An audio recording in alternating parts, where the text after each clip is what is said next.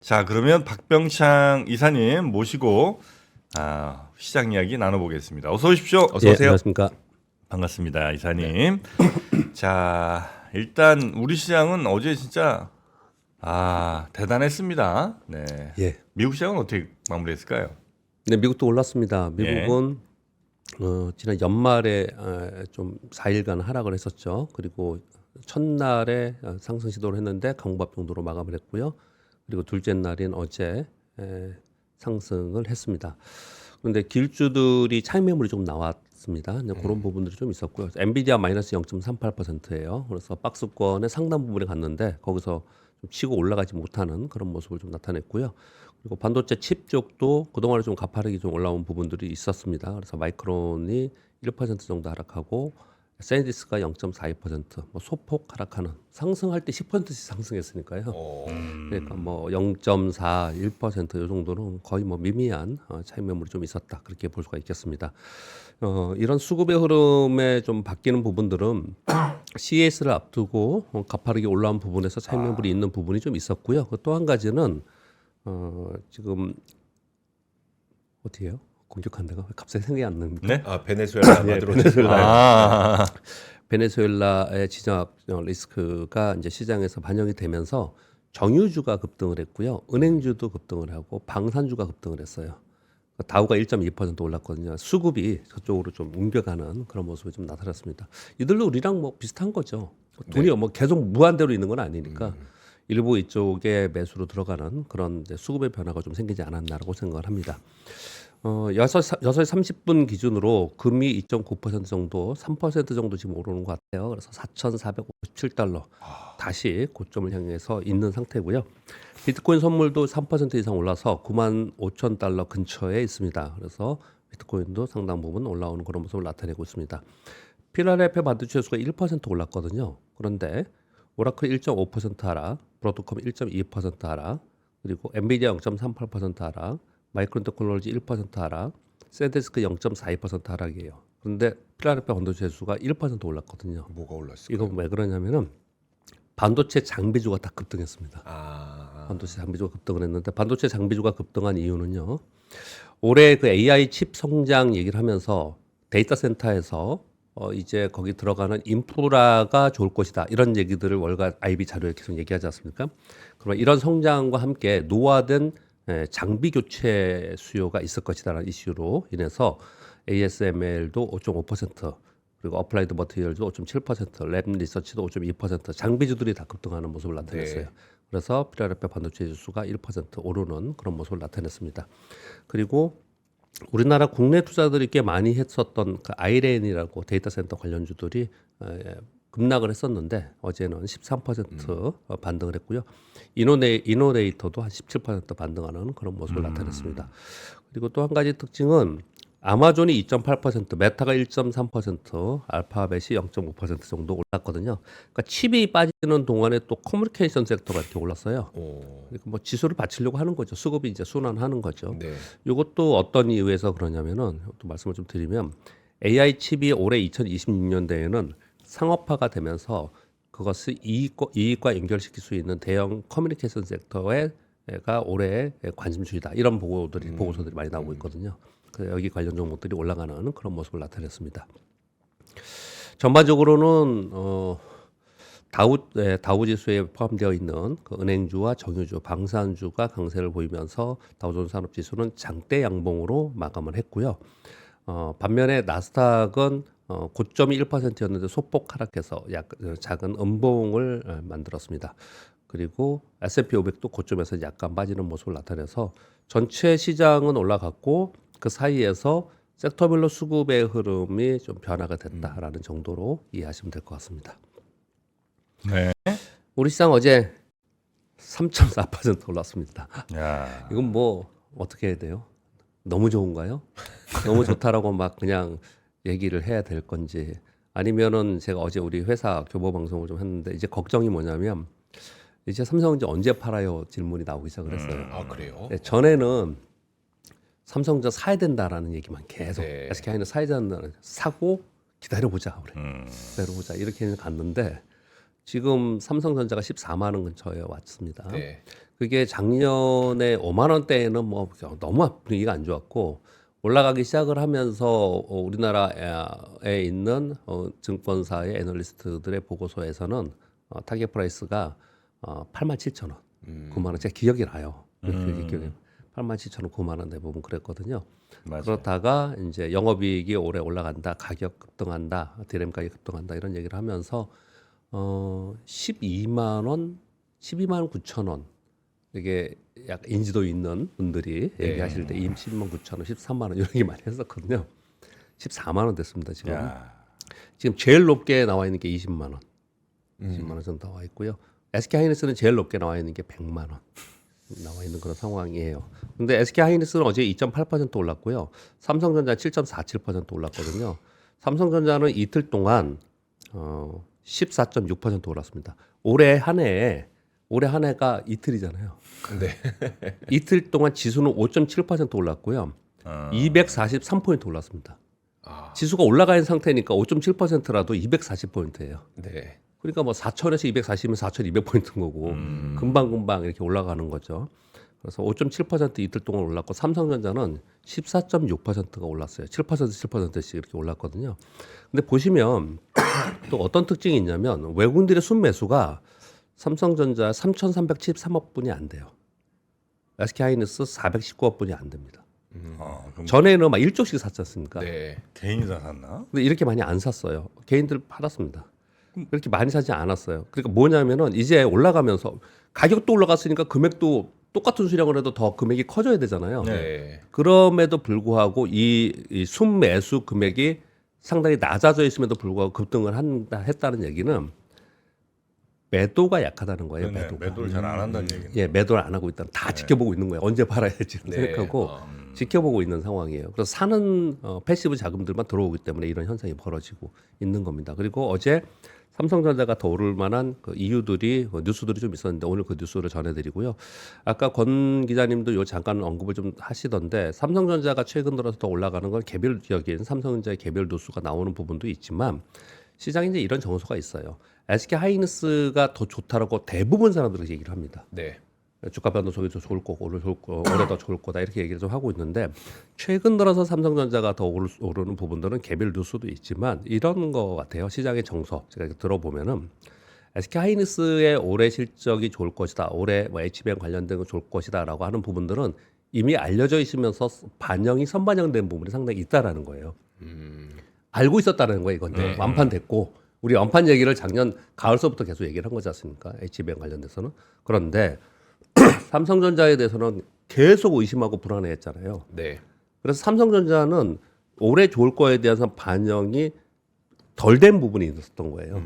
네, 그런 부분들 때문에 삼성전자가 최근에 더 오르는 부분이 있다라고 우리 뭐 여의도 일가에서는 해석을 좀 하고 있는 것 같습니다. 그렇게 해석을 하고 있는 것 같고요. 그리고 그러니까 수급상으로 그렇게 많이 사지 않았어도 올랐다라는 걸 지금 설명드리고 있는 거고요. 또 한 가지 특이한 점은 삼성전자 3,300억 샀고 SK 하이닉스 400억 샀어요. 그럼 3,800억이잖아요. 4천억 우선주까지 합쳐봤자 뭐 한 4천억 정도, 5천억 정도잖아요. 어제 외국인들의 순매수가 2.3조입니다. 딴 데서 엄청 특이하죠. 여태까지는 어땠냐면은 외국인들의 순매수가 삼성전자, SK 하이닉스예요. 그냥 네. 그동안에 작년 말에도 그랬고 대부분 그랬거든요. 근데 어제는 외국인들의 순매수가 2.3조인데 이 두 종목의 순매수는 5천억 정도뿐이 안 됩니다. 나머지 많이 샀다라는 거예요. 그래서 네. 봤더니 몇 개 종목만 봤습니다. 하나 에어로스페이스가 다시 100만 원을 넘었는데 어제 7% 올랐습니다. 외국인들이 1,500억 샀습니다. 네. 그리고 한전 7% 오르면서 600억 샀어요. 한전이요? 네. 아. 시가총액 1위부터 10위 정도까지 외국인들이 쭉 다 샀더라고요. 어제 보니까. 그래서 외국인들이 어제는 반도체를 샀지만 그동안에는 반도체만 샀는데 어제 같은 경우에는 두루두루 시가총액 상위 종목들을 거의 대부분 골고루 샀어요. 네. 그리고 두산 에너빌리티가 어제 10% 올랐거든요. 이거 이번 주에 이슈가 있었다고 말씀드렸잖아요. 외국인들이 어제 2,800억 샀습니다. 거의 삼성전자만큼 샀어요. 얘 세 개만 합쳐도 이게 지금 3천에다가 4,300, 5천억 되잖아요. 네. 이 세 종목이요. 이렇게 두루두루 외국인들이 다른 대형주에도 매수가 유입되는 상황이 돼서 좀 긍정적인 수급의 상황이 좀 된 것 같습니다. 우리 공매도 친 사람들은 진짜 힘들었겠네. 그렇죠. 어제 그거 짤로 많이 돌아다녔지 않습니까? 못 봤어요. 그 우리 지수 인버스 네. 인버스 사는 사람이 손실 3억 5천인가 내고 떠납니다 시장에서. 지수 인버스 사는 그거 돌아다니고 그랬잖아요. 네. 지수 인버스를 개인들이 많이 샀어요. 아. 올라오는 동안. 근데 뭐 본인의 판단이었겠지만 많은 사람들이 위로 다 보고 있었는데 그렇게 애들 많이 네. 했더라고요. 네, 그 같은 뭐 그런 부분도 좀 있었고요. 그리고 또 이제 공매도한 사람들의 쇼커버가 또 영향이 있습니다. 이렇게 올라오면 당이 급등하면 이제 그런 부분들이 더 지수를 더 급하게 올리는 또는 이제 주가를 급하게 올리는 그런 현상이 좀 나타난다. 네. 이렇게 보시면 될 것 같고요. 그래서 결국은 3.4% 올라서 4,457포인트거든요. 네. 근데 제가 연말에 우리 삼프레스도 그랬고 뭐 다른 방송에서도 제가 삼성전자와 SK하이닉스 기준으로 4,050포인트가 3차 상승의 기준점으로 잡고 15% 상승했을 때, 20% 상승했을 때, 25% 상승했을 때 어느 정도 갈까? 요걸 계산을 좀 했을 때 15% 상승했을 때는 4,600 살짝 아래, 4,500 살짝 위에 그 정도, 20% 상승할 때는 4,700포인트 정도, 그리고 20% 상승하면은 딱 5,000포인트 정도, 막 요렇게 제가 제시를 하면서 방송을 많이 했었거든요. 근데 제가 왜 이 말씀을 드리냐면 그냥 한 번에 가버린 거예요. 한 번에 가버리고 있어요 지금. 그러면 연초에 이렇게 한 번에 가버리면 올해 이틀뿐이 아니라는데 올해 내내 이제는 뭘 보고 가야 돼? 그러게요. 네. 이런 걱정을 이제 하는 거예요. 네. 물론 올라갈 때 더 올라간다고 계속 지르는 사람들이 있어요. 방송 이렇게 보시면. 네. 근데 실전 투자하는 사람들은 올라가도 이제 걱정인 거죠. 삼성전자 이제 어떻게 팔아야 되느냐. 가격에 불문하고 지금은 이제 잘 팔고 나와야 되는 네. 이걸 걱정하는 사람들이 많이 다니는 그런 상황이라서 어찌 생각하면 굉장히 즐거운 상황이 됐지만 행복한 상황이 됐지만 다시 그것이 오히려 걱정이 되는 상황도 너무 가파르게 오르고 있다라는 네. 얘기들을 지금 하고 있는 그런 상황이다. 결국 이게 가파르게 강하게 시장이 끝났다 이 설명을 드리고 있는 거고요. 네. 근데 반면에 코스닥이 오전에 코스닥이 못 올랐어요. 오전에는 코스닥이 마이너스였나 그랬습니다. 근데 그게 오전에 제약바이오가 약했었거든요. 근데 이제 마지막에 제약바이오가 좀 반등을 하면서 1% 오르긴 했는데 그와 더불어서 로봇주들이 급등했었죠. 어제 로봇주들이 다 매물을 맞았어요. 로봇주들이 좀 마이너스가 됐었고요. 그리고 화장품하고 엔터 이게 한한령 해제 얘기들이 좀 있었지 않습니까? 네. 그러면서 좀 기대를 좀 했었는데 어제 한한령 해제는 좀 시간이 걸릴 거지 않겠냐 이런 보도들이 좀 나왔습니다. 그러면서 어제 고점부터 다 매물 맞고 떨어져서 코스닥 쪽에 있는 종목들 최근에 올라왔던 종목들이나 기대에 있었던 종목들 그런 종목들은 매물 맞고 내려오는 그런 현상이 좀 됐습니다. 반면에 네. 반도체와 반도체 소부장, 원자력, 우주항공, 2차 전지 중에서 전고체는 이제 어제 CES에서 현대차의 발언들이 나오면서 네. 전고체 관련주들이 올라가는 그런 모습을 나타냈습니다. 두산 에너빌리티가 저 선두에 있었고요. 원자력에서는 뭐 태용, BHI, 현대건설 전부 다 급등했었고요. 그리고 미국이 지금 정유주 오르고 있죠. 네.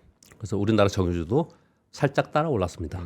이제 그런 모습을 좀 나타냈고 우주항공 관련 종목들도 어제 뉴스가 있어서 올라가는 모습을 나타냈습니다.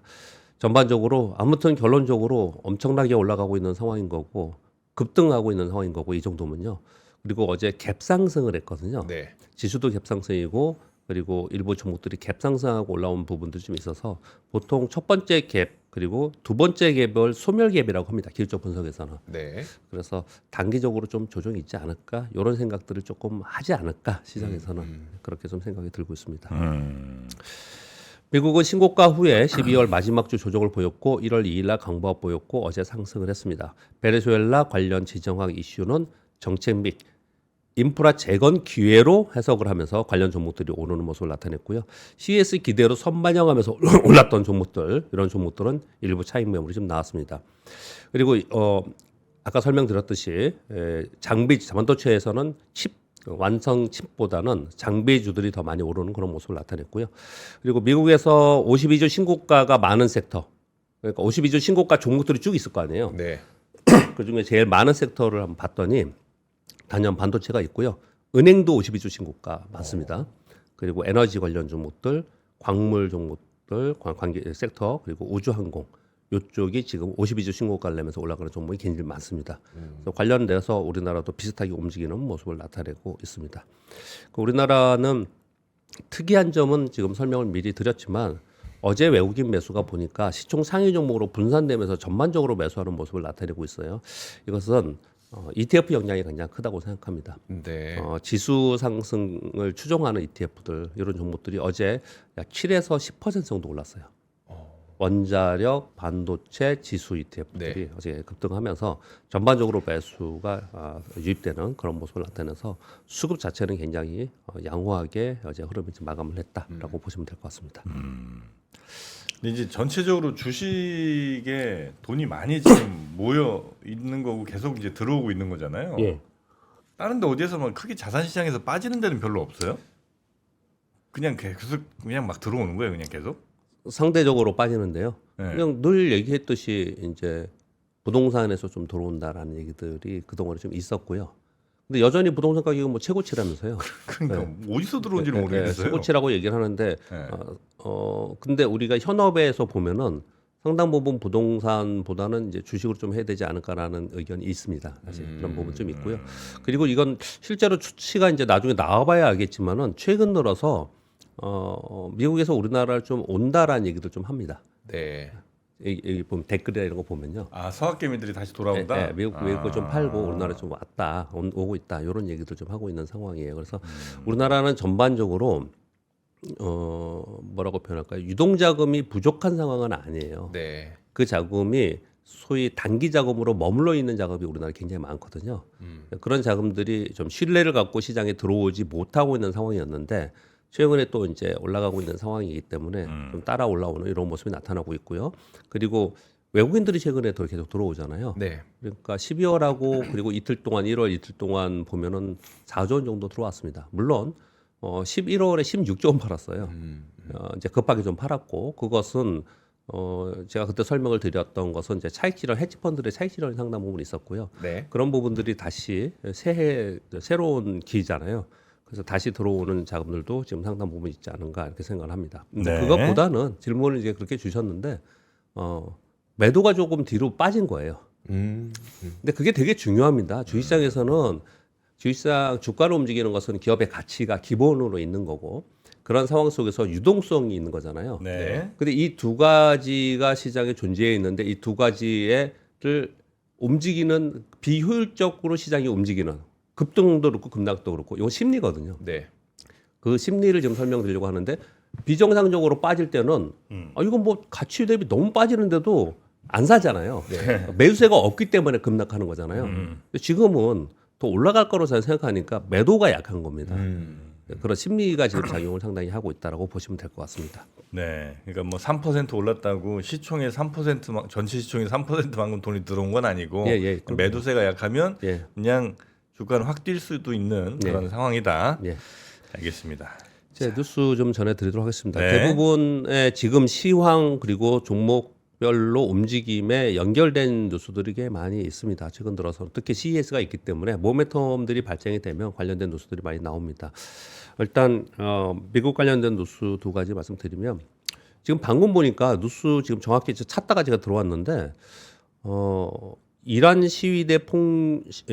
시위대에 대해서 폭력 진압대는 미국에서 개입할 수 있다라는 식으로 미국 행정부에서 얘기를 지금 하고 있는 상황인 거거든요. 좀 전에 뉴스 보니까 이스라엘이 이란을 공격할 것이다라는 뉴스가 밖에서 제가 이렇게 뉴스를 보다 보니까 그런 게 좀 있네요. 이스라엘이 이란을 공격할 예, 것이다. 그런 네. 얘기가 지금 있습니다. 그래서 이 지정학적 리스크가 아마 부각이 좀 되고 있는 것 같아요. 근데 트럼프 대통령의 워딩을 제가 쭉 써왔습니다. 정말 대단합니다. 대단하다는 표현이 어떤 의미인지 이제 정확한 표현인지 모르겠지만 이란이 평화 시위대의 발포에 폭력적으로 살해할 경우 미국은 그들을 구출할 것이며 우리는 완전히 준비된 상태이다. 그리고 남미에 대해서는 콜롬비아도 매우 병들어 있다. 미국의 코카인을 만들어 팔기를 좋아하는 병든 사람이 통치하고 있다. 그는 그렇게 오래가지 못할 것이다. 우리 주변의 국가들이 제대로 기능하지 못하는 국가들이 있고 그 나라들의 석유가 자유롭게 시장에 나올 수 있도록 하는 것이 중요하다. 석유 가격을 낮추는 것이 미국의 좋은 일이다. 우리 그냥 이거 주식을 안 하는 사람들도 일반적인 사람들도 2026년도에 이게 있을 법한 일인가 하는 일들이 지금 벌어지고 있는 상황이라서 다시 지정학적 리스크에 대해서 우려하는 목소리가 많이 나오고 있다. 정치적 리스크 그런 네. 부분들에서 얘기를 좀 하고 있는 그린란드도 상황입니다. 한마디 또 한 것 같은데요. 보니까. 예, 그런 얘기를 좀 하고 있는 상황인 거고요. 네. 네, 그 상황 속에서 미국의 12월 ISM 제조업 PMI가 나왔는데 47.9가 나왔습니다. 예상이 48.4고 이거 50을 기준으로 하고 있죠. 전월 대비 0.3%포인트 하락을 했고요. 10개월 연속 위축된 상황입니다. 신규 주문과 고용이 지속대로 감소되고 있고요. 기업들의 이제 설문 내용들은 비용 증가와 소비 심리 위축에 대해서 우려를 하고 있는 상황이다라고 얘기를 하고 있습니다. 그래서 전반적으로 이런 부분들을 보면은 미국은 이제 경기를 살리는 부분도 한 축에서 네. 연준에서 계속 신경 써야 되는 그런 부분이 좀 있습니다. 그래서 우려하는 쪽은 이런 쪽을 보는 자기가 생각하는 쪽으로 보잖아요. 보고 싶은 쪽으로. 네. 그래서 이런 쪽을 보는 쪽도 굉장히 많이 있습니다. 그래서 이것 그냥 우리가 또 인지해야 되는 내용들이기 때문에 뉴스를 가져왔습니다.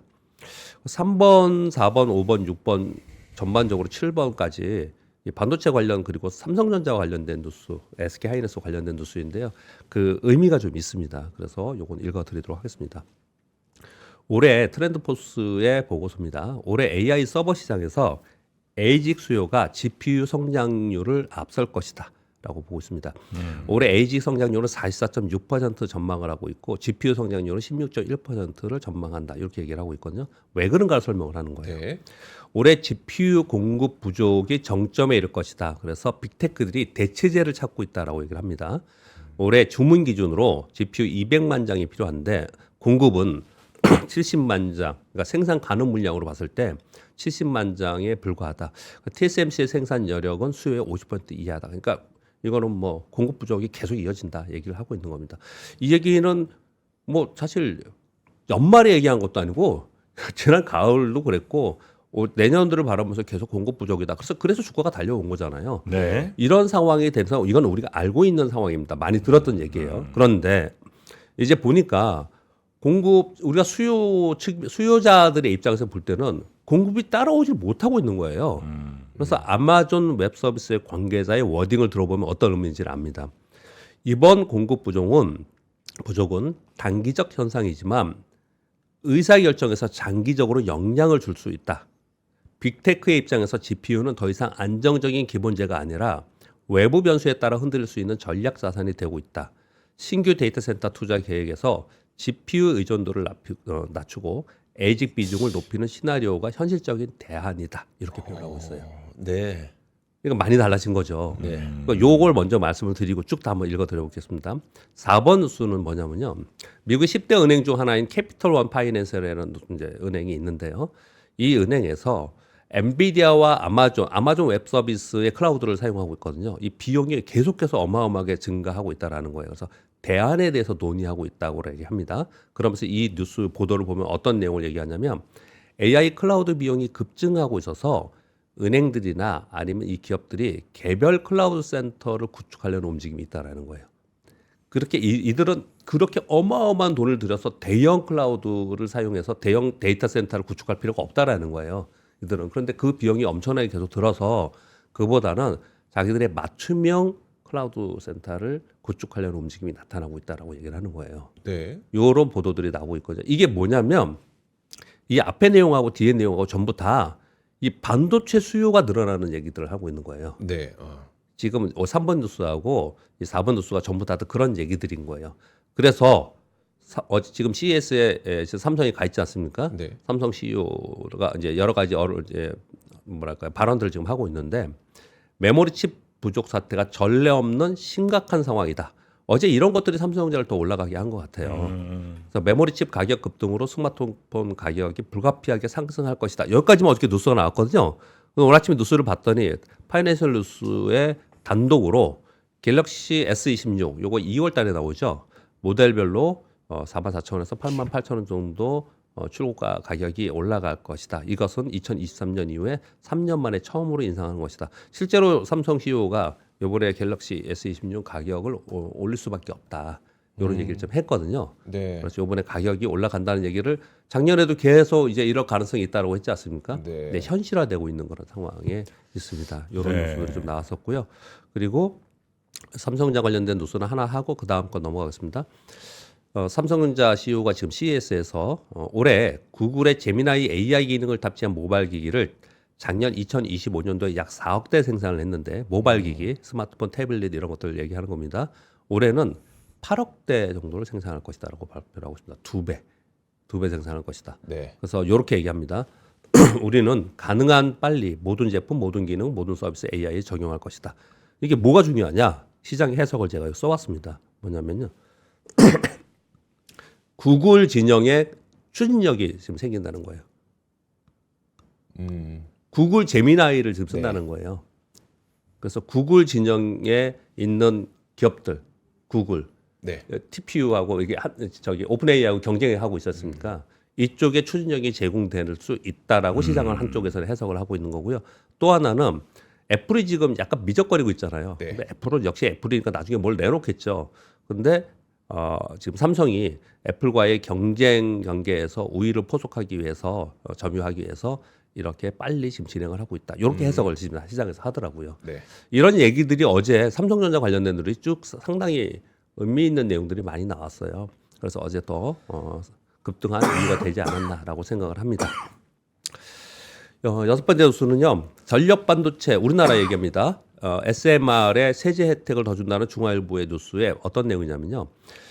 AI 핵심 분야로 꼽히는 SI 전력 반도체. 어제 미국 시장의 전력 반도체도 많이 떴어요. 우리하고는 뭐 상관이 없지만 이 뉴스하고는 네. 많이 떴는데 그리고 SMR 등을 국가 전략 기술로 신규 지정 검토를 하고 있다고 합니다. 그래서 만약에 이게 되면은 그 수치 제가 안 써왔는데 이런 거 있잖아요. 대기업은 뭐 20% 뭐 그 증설하거나 이럴 때 세제 지원 같은 경우에 그럴 때 뭐 중소기업은 30에서 45% 이런 거 있잖아요. 요 지금 원전 관련된 SMR하고 전력 반도체 쪽은 재정과 세제 지원을 늘려서 성장 모멘텀을 지원하겠다. 이렇게 얘기를 좀 하고 있는 상황입니다. 여기를 전부 보니까 다들 얼마 전에 그 매일경제에서 네. 단독으로 갤럭시 26 가격 동결한다는 보도가 하나 있었고 그다음에 네. 어제 말씀하셨던 대로 파이낸셜 네, 뉴스에서는 단독으로 나왔습니다. 가격 인상할 거라는 네. 보도가 나와 있어요. 네. 근데 둘 다 단독이라 진짜 어떻게 가격을 인상할지 동결할지는 조금 더 봐야 되겠네요. 근데 CES에서 지금 삼성의 대표가 불가피하게 가격을 올려야 될 것 같다라고 얘기를 했으니까 네네. 올라가는 쪽으로 지금 이제 보고 있는 것 같습니다. 네. 그래서 이런 얘기를 하면서 작년까지만 해도 어떤 제가 이 뉴스를 전해드리면서 무슨 얘기를 덧붙였냐면 네. 뒤에 무슨 얘기 덧붙였죠? 물가. 아 물가. 예. 물가. 그래서 지금 저도 이제 그런 내용을 아마 올해 많이 드릴 것 같은데 지금 AI발 물가 상승 가능성에 대해 얘기를 많이 합니다. 네. 나오기 시작을 했어요. 전기료도 그렇고. 예, 예. 네. 그래서 올해 하반기에는 아마 물가 이슈가 상당히 있지 않을까라는 네. 생각이 많이 듭니다. 그래서 아마 트럼프 대통령은 무조건 유가를 떨어뜨려야 될 것 같아요. 떨어뜨려야 될 것 같아요. 그런 것들을 지금 하고 있는 게 아닌가. 사실은 전부 다 보면은 주식 시장이라는 거 세상의 모든 것들을 반영하지 않습니까? 네, 그런 반영하는 관계 속에서 보면 주식시장을 움직이는 또는 실물 경기를 움직이는 것에 정책 또는 정치적인 이런 부분들이 대부분 보면은 연결되어 있죠. 네. 연결되어 있죠. 그렇게 해석을 우리는 또 하죠. 주식시장에 있는 사람들은 그렇게 말씀드리겠고요. 네. 현대차 관련된 뉴스가 몇 가지가 나와 있었는데요. 그 중에 두 가지만 어제 가져왔는데요. 전고체 배터리차에 대해서 세계 최초로 도전한다. 전자신문발 어제 뉴스가 좀 있었어요. 12월 말에 이게 진짜 12월 말이에요. 30일인가 그렇더라고요. 파일럿 라인에서 실제 차량에 시제품의 조그만 그게 아니고 실제 차량에 탑재 가능한 전고체 배터리를 시험 생산을 했다라는 거예요. 요걸 아직 시험 단계 얘기를 하지만 그래서 빠르면 올해 초에 전고체 배터리가 장착된 전기차 시제품을 볼 수 있지 않을까 이런 게 나왔거든요. 그래서 어제 우리 그 2차 전지 안에서 전고체 배터리 개발 기업들이랑 관련된 주식들 있잖아요. 네. 어제 대부분 다 많이 올랐습니다. 어제 그런 모습을 나타냈고요. 그리고 현대차가 지금 CES에서 아틀라스 첫 공개했지 않습니까? 여기 동영상도 막 나오고 그러더라고요. 네. 보스턴 다이나믹스의 아틀라스를 조지아 첫 공장에 첫 투입했다라는 게 어저께 막 돌아다니면서 맞아요. 동영상 네. 나왔고요. 네. 2028년부터 생산 공장에 배치 예정이다. 이 현대차 그룹이나 현대 자동차 부품 그리고 현대차에 대해서 질문하시는 분들이 굉장히 많아요. 왜냐하면 왜 이렇게 못 오르냐. 뉴스 많이 나오고 그러는데 다른 거에 비해서 왜 이렇게 상대적으로 못 오르냐. 이들은 이제 신고가 내고 이렇게 막 위로 치고 가는 그런 모습이 없기 때문에 그렇지 않습니까? 근데 거기에 대답은 저는 항상 현대차가 두 가지의 모멘텀이 있는 거죠. 뭐 로봇이나 이런 모멘텀도 있지만 현대차는 우리가 지금 요번에 만약에 이런 얘기를 잠깐 할게요. 시간 잠깐 있나요? 네. 지금 반도체 위주로 시장이 오르잖아요. 그러니까 조방원이 쉬었지 않습니까? 네. 그리고 다른 섹터는 좀 쉬어요. 그리고 대표적으로 쉬고 있는 데가 어디냐면은 코리아 디스카운트 해소 밸류 프로그램에 들어있던 지주사, 은행, 금융주 얘네 쉬잖아요. 이런 거 지금 어떻게 해야 되냐고 질문하는 분 되게 많거든요. 근데 답은 심플할 것 같아요. 반도체가 쉬면 걔네가 오를 것 같거든요. 그러니까 반도체 쉬는 동안에 걔가 올라갈 것 같으니까 사실은 그 흐름을 좀 봐야 되니까 반도체가 어느 정도 쉴 거고 나는 그쯤에서 얘가 수급이 이쪽으로 오면서 올라갈 수 있다라는 그 타이밍을 전략적으로 생각을 되게 많이 해야 돼요. 네. 지금 주식을 보면서 그런 생각을 좀 하고요. 현대차도 그런 대표 종목 중에 하나라고 저는 생각을 합니다. 그래서 현대차는 뭐 위로 더 가지 않을까라는 의견을 좀 드리고 있고요. 자, 그리고 어제 그 우주항공 쪽하고요. 그리고 방산도 좀 오르는 그런 모습을 나타내는데 뭐 베네수엘라 이런 것 떠나서 방산 관련된 뉴스하고 우주항공 뉴스가 있었는데 이제 우주항공 뉴스에서는 이런 뉴스가 있었습니다. 지금 스페이스 X 때문에 이미 올랐어요. 미국도 많이 오르고 올랐는데요. 미국은 8,000개가 넘는 위성 그리고 중국은 우주 데이터 센터 구축하고 있는 상황 속에서 우리나라의 정부의 입장에서 볼 때 미국과 중국을 상대로 물량전은 불가하다. 이 기사에 이렇게 써있더라고요. 그대로 제가 그냥 가져온 겁니다. 그러니까 대규모로 대량 투자를 해서 하는 이런 부분들은 좀 불가한 상황이다. 그래서 테슬라 모델을 벤치마크하는 게 맞지 않나라고 하는 거예요. 그러니까 하드웨어와 소프트웨어를 통합하는 테슬라 벤치마크. 그러니까 테슬라가 자체 인공지능을 띄우면서 하고 있지 않습니까? 그러면서 우주항공청에서 올해 우주항공청 연구개발사업 종합 시행계획을 발표했는데 올해 우주산업 R&D에 약 1조 원 정도 투자하면서 여기에 지금 지원을 하겠다. 요 얘기가 나오면서 어제 관련 전문들이 다 떴습니다. 이런 게 하나가 있고 여기는 지금 우리 요 뉴스도 있지만 스페이스 X 상장 관련 뉴스에도 같이 연결되어 있고요. 그래서 이런 게 돌아다니죠. 여기 지금 보니까 이지스 리서치라는데 이런 거 만들었다. 이거 그냥 일반적으로 많이 돌아다녀서 저도 가져왔습니다. 네. 특이하게 한 군데에서만 했으면 안 갔을 텐데 관련된 종목들이 여기 쭉 이렇게 이름이 얘네들 다 급등했어요. 지금 또 하고 있습니다. 지금 다 이 종목들이 네. 이런 종목들이 지금 관련돼서 이슈가 좀 되고 있는 상황인 거고요. 그리고 방산에 대해서도 작년에 영업이익이 5조 원을 돌파했다고 하네요. 지난해 4사 하나에어로시스템, 현대로템, LA넥스원, 항공우주 4사가 5조죠. 합쳐가지고 5조 원이 작년에 넘었다고 합니다. 합쳐가지고 5조 2천억 정도인데요. 요 뉴스를 가져오는 이유는 이게 이제 뜨면서 다시 또 부각이 됐는데 2024년도가 그 전에는 2.6조 원에서 두 배 증가했죠. 2년 만에 두 배네요. 네, 두 배 증가했죠. 1년 만에 두 배 증가했죠. 근데 올해는 약 20% 증가한 6.6조 원 정도 전망한다고 해요. 근데 이것도 굉장히 큰 겁니다. 사실은 지금 이 수주를 받아온 상태에서 영업이익이 늘어나는 거죠. 이건 영업이익 얘기하는 거거든요. 네. 그래서 여전히 우리 그 소위 조방원에서 방산주가 제일 급락했거든요. 네. 그래서 최근에 이런 뉴스가 나오면서 반등도 좀 세게 하는 그런 모습을 나타내고 있습니다. 네. 그 CES에서 젠슨왕이 지금 조금 전에 이제 연설이 아마 맞춰갖고 뭐 네. 내용들이 좀 나오곤 있는데 뭐 이런저런 내용들이 있습니다만 벤츠 차량이 아마 엔비디아 뭐 달고 자율주행차가 자율주행이요? 예, 이번에 나오는 모양이에요. 올해 안에. 예, 그래서 뭐 거기 굉장히 기대된다 이런 얘기를 하는데 과연 자율주행에서는 일단은 뭐 현재는 뭐 테슬라 원톱이잖아요. 네, 그래서 혹시 그렇죠.